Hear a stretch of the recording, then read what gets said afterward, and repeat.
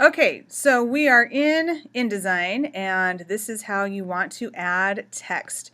First thing, you need to have your text tool selected, and you all know how well my InDesign runs, so it's going to take a minute.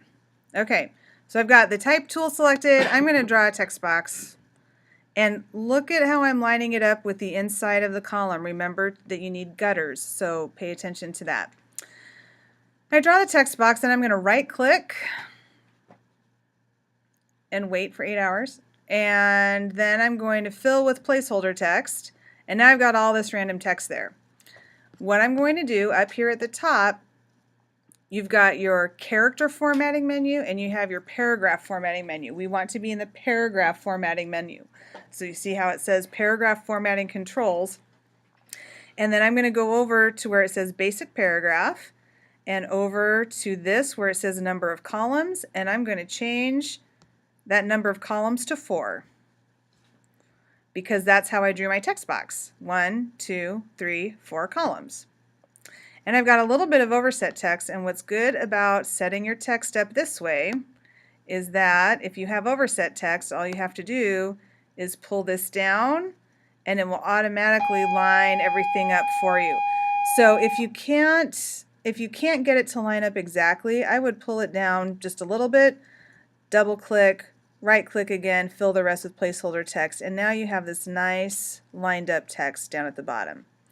Okay, then you need to put indents in. So you're going to Command A in your text box so that everything is selected, and your indent is right here, first line left indent.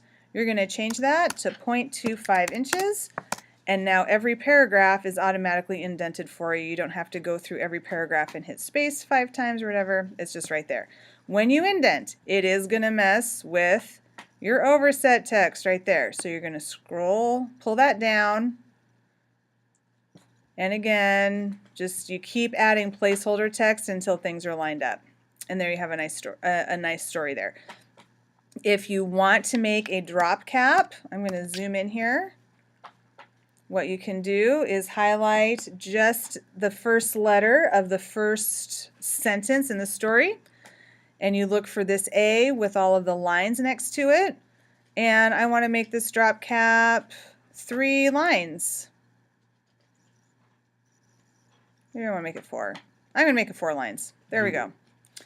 So now I have this nice drop cap, and that adds a nice creative element to the rest of the story. Now, when you add a drop cap, it's going to mess with what? Your overset text. So you're going to pull that down, double click, right click, fill with placeholder text, and now you have a good story. Now, if I want a photo here, so I could only fit a vertical photo next to this particular story, I'm going to use the frame tool, and I'm going to draw where I would put my vertical photo. And remember that you need to leave about 6 picas for your photo credit and your photo caption. You cannot line up your photo all the way down to the bottom of your story, because what's going to go a pica below your story is going to be a photo credit, and it's going to be like that. And then you're going to need a caption, and the caption lines up with the bottom of your story. So when I zoom out, I have this nice little piece right here that's the story, the photo credit, the photo caption. Then all I need to do is add a headline that spans across, and that's how I put together one little piece of my newspaper.